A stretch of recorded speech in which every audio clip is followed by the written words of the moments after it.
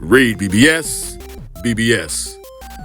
Part 2 of the RIYADH season video brought to you by His Excellency Turkey Allah Sheikh. Isaac Pitbull Cruz versus Jose Rayo Valenzuela. Pitbull, I've always called him the little engine that could, because he's the all shucks, I think I can. The try-hard guy, the unassuming guy that everybody loves. T-Rex arms, 5 foot nothing, 100 and nothing pounds. Pitbull was on the verge of becoming the national hero, man, based on his toughness and determination. But here's the thing with Mexican fans.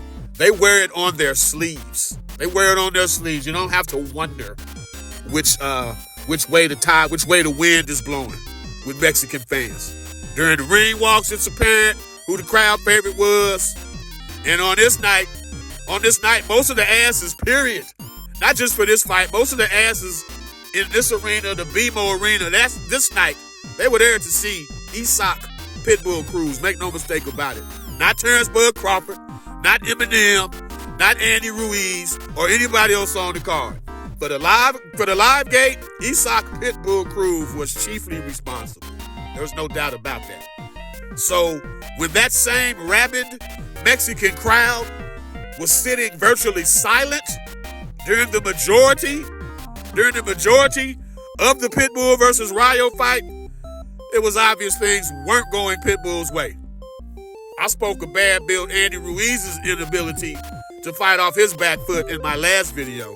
The part 1 video, check that out, please. There's a link to it in the description box. Well, it's even more pronounced. The inability to fight off the back foot is even more pronounced in the case of Pitbull Cruz. He's a vehicle with no reverse gear at all. To force Pitbull backwards is to render him useless. And that's what Rayo was doing. Now, earlier it was typical Pitbull, trudging along, trudging forward, like the little engine that could. I think I can. Winging wild, looping hooks. Meanwhile, Rayo was getting caught along the ropes and shit, looking like he'd be stopped in a matter of time. But little by little, round by round, Rayo started rolling with Pitbull shots, started finding a home for southpaw jabs, some nice body shots, and most importantly, uppercuts. Most Pitbull opponents ignore his body because he's so short and short in stature and he has very little. They just always headhunt against him. But Rayo didn't. Rayo got right up under Pitbull's well-tucked chin.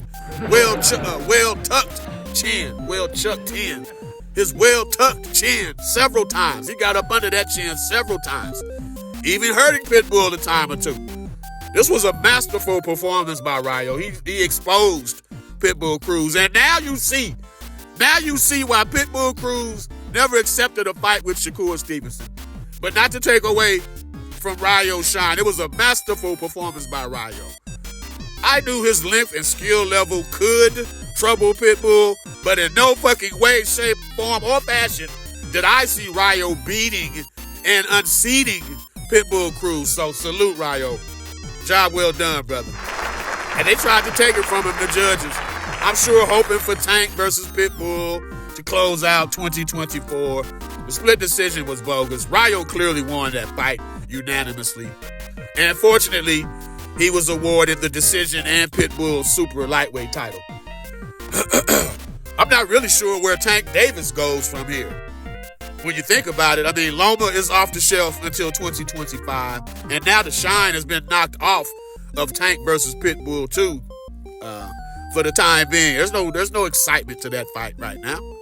Tank versus Shakur, anyone?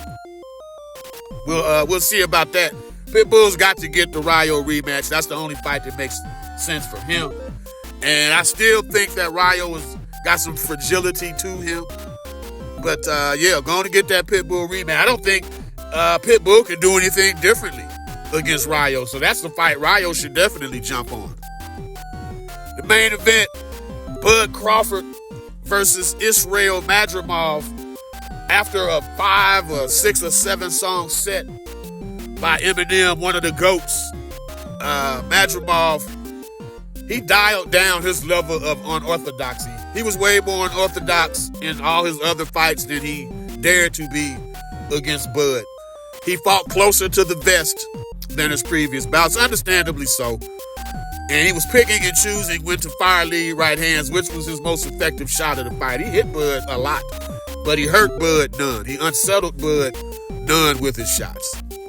But I don't want to dilute this, or make no mistake. Madrimov was competitive, and he was one of Bud's toughest, if not his absolute toughest opponents. Bud already's come out and said Mean Machine and Jose Benavidez and Gamboa were tougher than Madrimov. But Madrimov's on the short list, you know what I'm saying? I can't say that I've ever seen Bud with facial swelling after a fight. So he obviously felt Madrimov. Here's the thing. The Errol Spence fight will forever be Bud's Mona Lisa performance. A thing of beauty, a literal work of art that all of his other performances will be stacked against. To which I say Bud wasn't bad by any stretch against Madrimov. He just wasn't amazing like he was against Spence. By comparison, Bud was workmanlike versus Madrimov. I felt like Bud should have switched to orthodox some. I think he stayed southpaw the whole fucking fight. He should have switched to orthodox some just to see what's what. Give Madrimov a different look. Instead, though, with that said, I thought Bud won and controlled the fight rather clearly with his left jab, thudding body shots with both hands, and uppercuts. Now, we can probably kill the Canelo noise. You just got to 54, so moving up 2 additional weight classes? Oh no, bro, oh no. There's more than enough business. What we do know is there's more than enough business for Bud to handle at 54. And the threat, the constant threat of Jaron Boots Ennis eventually moving up, that always looms. But yeah, Bud won the fight. I don't really get the controversy. The scorecards were a bit closer than maybe 116, 112. But I didn't think Bud was in any jeopardy of losing. But hell of a night overall.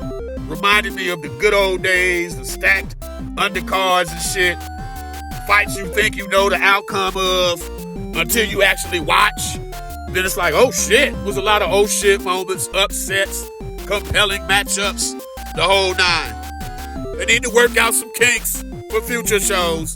In America, for sure. Hey, look, in America, main events need to start around 10:30 Central Standard Time back. Okay, about 10:30. But in this case, Bud Madrimov didn't walk to the ring until like a fucking hour later. Like Eminem did like a mini concert and shit. I never mind watching Eminem perform. Don't get it twisted. But goddamn, they should have timed it better. They had too many lulls in between fights. But no, that's immaterial. That's neither here nor there. They could work that out. The card itself was magnificent. The fights were magnificent. And again, thank you to His Excellency Turkey a la Sheik. Arguably the best thing to happen to boxing since the advent of the mouthpiece or Queensberry rules.